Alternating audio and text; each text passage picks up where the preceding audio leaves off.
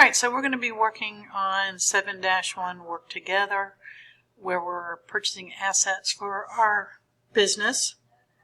So we'll be using the cash payments journal to record anything that we buy using cash, and then we're going to be using the general journal, not the purchases journal. Remember, the purchases journal we only use when we're paying on account for merchandise that we're going to be reselling in the business. So in this case, when we're buying an asset, that would not be something that would go into the purchases journal. Alright, so we're going to start on January 3rd.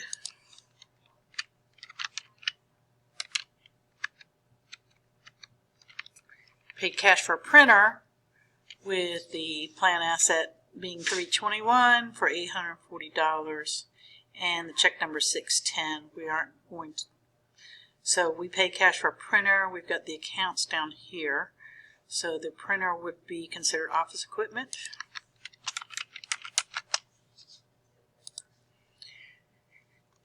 And we have a check number of 610. We don't need to put the C for check number down. It's assumed in the cash payments journal. And we paid $840. There's a lot of more information on there that we'll use in other parts of this assignment, but for this, all we have to do is put down your cash credit and your general debit. On the next transaction, April 5th, bought a conveyor table on account. So that's the one that's going to go down here in the general journal, April 5th.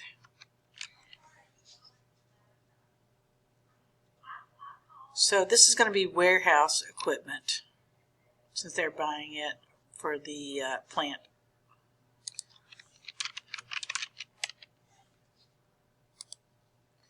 And memo 67, bought it for $1,800. And it's accounts payable, packing systems.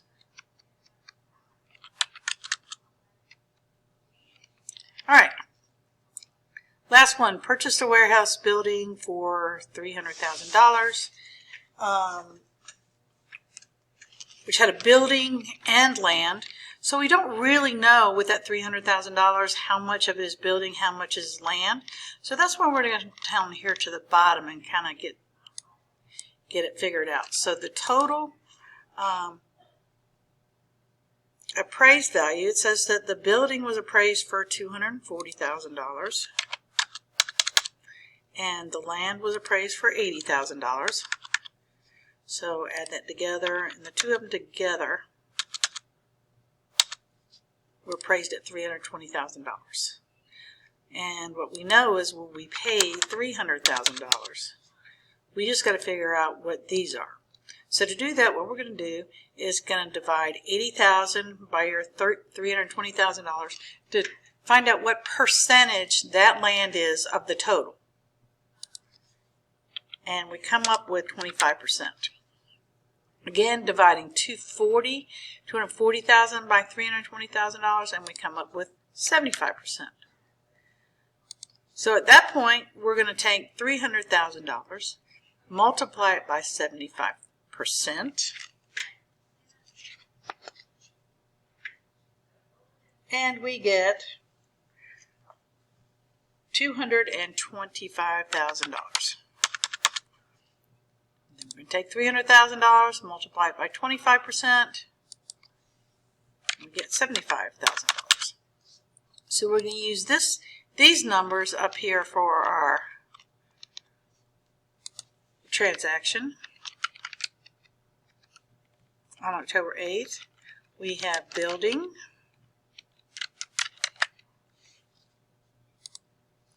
and the check number here is 920. And the building was $225,000. That's the debit. The land was $75,000. But the whole thing, the check that we paid, oops, went too far, was $300,000. All right, so what remains is the plant asset records. So as we can see here, the plan asset record is 321 for our printer. General account number, if you remember, that was going to be office equipment, so that is account number 1230. It's a printer. It is office equipment. It was bought on January 3rd. You have to type January all the way out. Don't do the abbreviation. You'll type the serial number in here.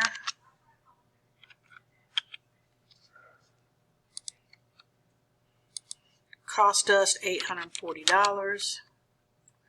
It has an estimated useful life of 3 years. It has no salvage value, so make sure you put 0 and not applicable, because it's 0. It is applicable. And we're using straight line depreciation. Alright, so then we move down to the next one, which is serial number, plant asset 326. That's the conveyor belt, so that's the warehouse equipment, which is 1240.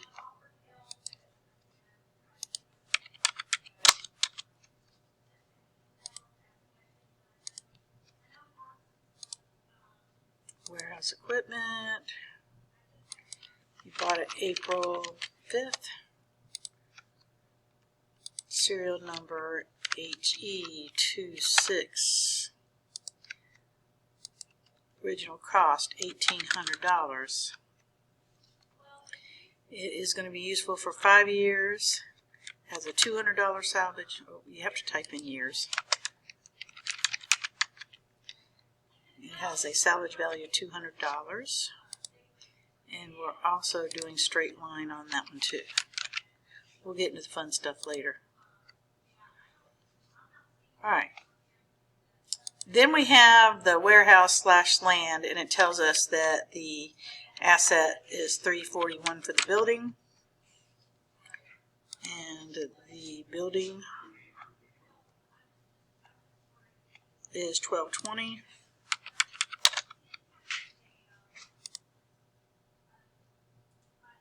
Warehouse,